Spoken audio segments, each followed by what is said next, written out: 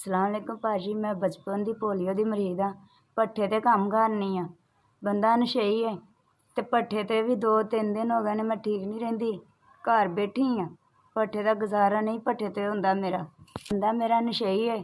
4 ਸਾਲ ਹੋ ਗਏ ਮੈਨੂੰ ਛੱਡ ਕੇ ਚਲੇ ਗਿਆ ਹੈ ਅਤੇ ਕੰਮ ਮੈਂ ਆਪੇ ਭੱਠੇ 'ਤੇ ਕਰਨੀ ਆ।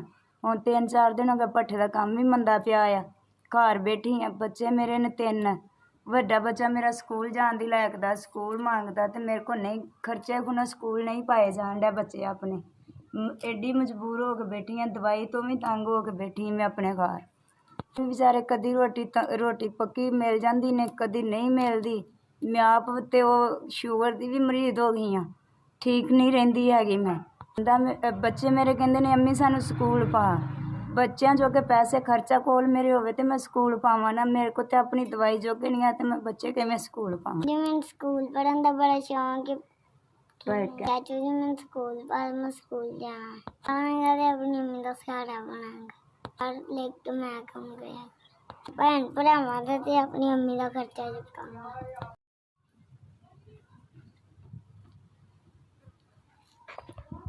पहले सानूं पैसे मिल गए, हुण मैं स्कूल जावांगा, कापियां भी लियावांगा, किताबां भी लियावांगा, अपनी वर्दी भी लियावांगा। तुम सेहत देवे, अल्लाह तंदुरुस्ती देवे। ਭਾਈ ਤੁਹਾਡੇ ਵੱਲੋਂ ਮੈਨੂੰ 10,000 ਰੁਪਈਆ ਮਦਦ ਮਿਲ ਗਈ ਆ। ਇਹਨਾਂ ਨਾਲ ਮੈਂ ਆਪਣੇ ਬੱਚਿਆਂ ਨੂੰ ਸਕੂਲ ਵੀ ਪਾਵਾਂਗੀ, ਵਰਦੀਆਂ ਵੀ, ਕਾਪੀਆਂ ਕਿਤਾਬਾਂ ਹਰ ਸ਼ੈ ਲੈ ਕੇ ਦੇਵਾਂਗੀ। ਅੱਲਾਹ ਪਾਕ ਤੁਹਾਡੀ ਸਿਹਤ ਦੇਵੇ, ਤੁਹਾਨੂੰ ਤੰਦਰੁਸਤੀ ਜ਼ਿੰਦਗੀ ਦੇਵੇ। ਤੁਸੀਂ ਮੈਨੂੰ 10,000 ਰੁਪਈਆ ਭੇਜਿਆ, ਮੈਂ ਆਪਣੇ ਬੱਚਿਆਂ ਨੂੰ ਸਕੂਲ ਪਾ ਸਕਦੀ ਹਾਂ। ਹੁਣ ਬੱਚੇ ਪੜ੍ਹ ਲਿਖ ਕੇ ਤੁਹਾਨੂੰ ਦੁਆਵਾਂ ਦੇਣਗੇ, ਅੱਛਾ ਇਨਸਾਨ ਬਣਨਗੇ, ਤੁਹਾਨੂੰ ਇਹ ਸਾਰੀ ਜ਼ਿੰਦਗੀ ਦੁਆਵਾਂ ਦੇਣਗੇ। ਤੁਸੀਂ ਮੈਨੂੰ ਇਹ ਮਦਦ ਦਿੱਤੀ ਹੈ 10,000 ਰੁਪਈਆ, ਮੈਂ ਆਪਣੇ ਬੱਚੇ ਪੜ੍ਹਾ ਸਕਾਂ ਅਤੇ ਇਹਨਾਂ ਨੂੰ ਮੈਂ ਨੇਕ ਬਣਾ ਸਕਾਂ, ਇਹਨਾਂ ਨੂੰ ਮੈਂ ਪੜ੍ਹਾ ਲਿਖਾ ਕੇ ਨੇਕ ਬਣਾ ਸਕਾਂ। ਪਾਕ ਤੁਹਾਡੀ ਤੰਦਰੁਸਤੀ ਦੇ, ਜ਼ਿੰਦਗੀ ਦੇ ਜੇ। ਅੱਲਾਹ ਪਾਕ